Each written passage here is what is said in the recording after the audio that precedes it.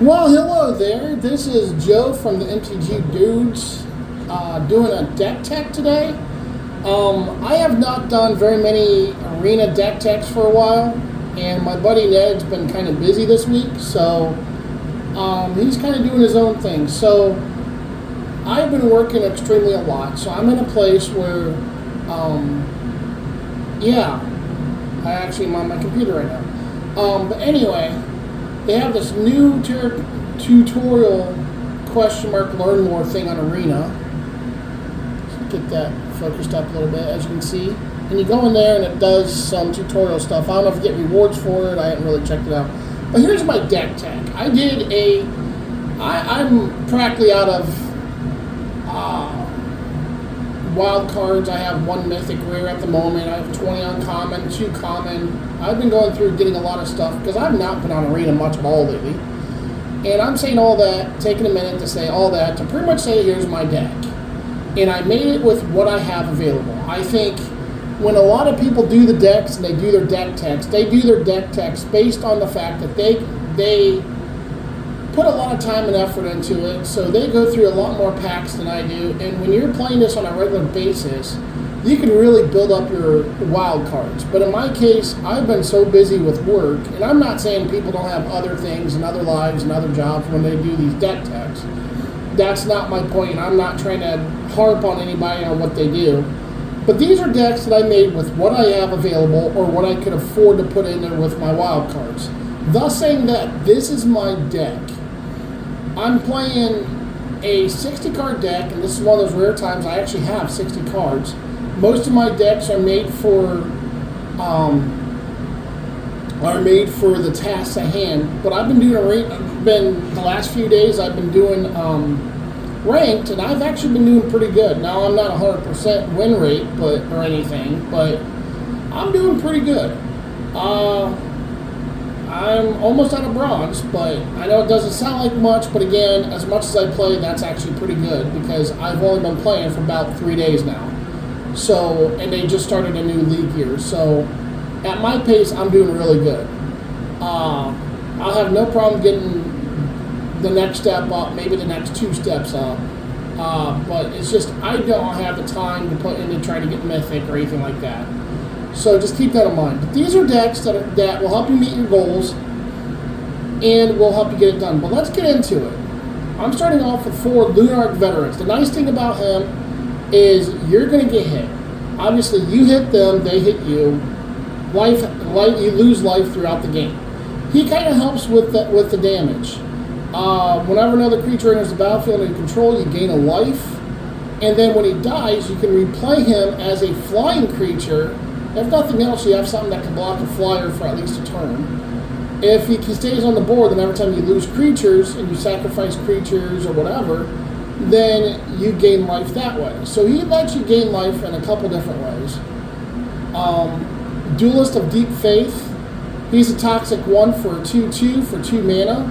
Again, I'm building a deck that's mostly low to the ground, so it's not that hard to do. He has first strike on your turn, so that helps out a little bit. Incisor Glider, whenever he attacks, if an opponent has 3 or more poison counters, he gets a 1/1 till end of turn, and he's a flyer. Infested Fleshcutter, equipped creature gets +2/+0. Whenever equipped creature attacks, create a 1/1 colorless Phyrexian Might. Artifact creature token with toxic 1, and this creature cannot block. Equip at 3. He's something to get some Phyrexian Mights out, and that gives you a lot bigger board.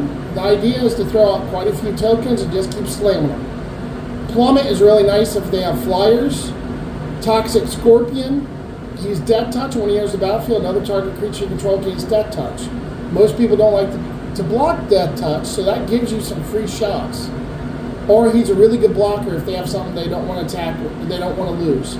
Annex Sentry can get rid of a temporary problematic problem of yours. He's a 1/4 toxic 1, and when he enters the battlefield, he exiles target artifact or creature an opponent controls, mana value 3 or less.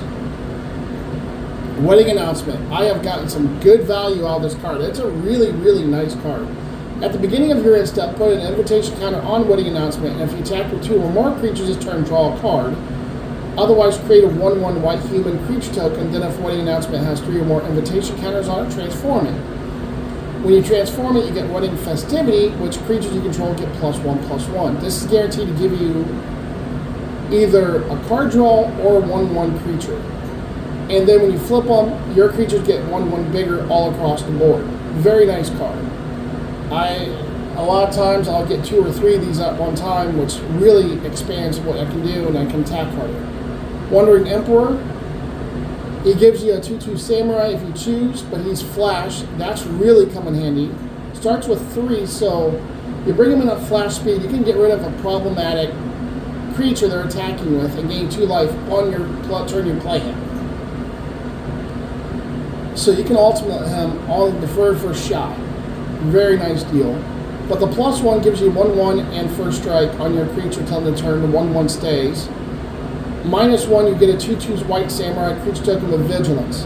Fits the deck very well because your objective is to throw out a bunch of creatures and just attack. That's where I'm finding it works best.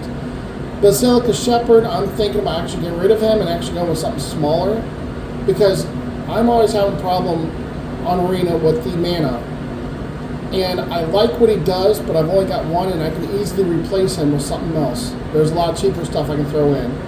But when he enters the battlefield, he creates 2 1/1 colors for my artifact creature tokens with toxic 1, and this creature cannot block. But he's a 3/3 flyer. Elspeth Resplendent. She's 5 for 5 loyalty. Choose up to 1 target creature, put a 1/1 counter on it, and a counter on from among flying, first strike, lifelink, or vigilance on it. -3, look at the top 7 cards of your library. You may put a permanent card with mana value 3 or less from among them onto the battlefield with a shield counter on it. Put the rest on the bottom of your library in a random order. And then her -7 is create 5 3/3 white angel creature tokens with flying. Tyrranex Atrocity is 5, 2 green and 3. Haze, toxic 3, and a 4/4. He's come in handy. Wrenn 7. This card has given me a lot of lands, puts a lot of stuff in my graveyard, but I've not been able to ultimate it. But if you reveal the top 4 cards of your library, put all land cards revealed this way into your hand, the rest into your graveyard. 0 is putting a number of land cards from your hand onto the battlefield, and the -3 is create a green full creature token with reach, and this creature's power and toughness are each equal to the number of lands you control. The -8, return all permanent cards from your graveyard to your hand. You get an emblem with you have no maximum hand size. It's a really, really nice card. Even if you can't get the ultimate, it still does a whole lot. And then the Eternal Wonder is the last one. And I'm only playing one of these 2 because I've only got 1. But no more than 1 creature can attack Eternal Wonder each combat.